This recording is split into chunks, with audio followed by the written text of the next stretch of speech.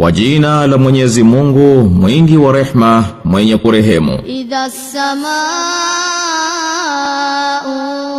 fatarat, mbingu itapochanika. Wa idha al-kawakibu tatarat, na nyota zitapotawanyika. Wa idha al-biharu fujirat, na bahari zitakapopasuliwa. Wa idha al-quburu bu'thirat, na makaburi yatapofukuliwa. Alimat nafsum ma qaddamat wa akharat, hapo kila nafsi itajua ilichotanguliza na ilichobakisha nyuma. Ya ayyuhal insanu ma gharraka bi rabbikal karim, ewe mwanadamu, nini kilichokughuri ukamwacha Mola wako mlezi mtukufu?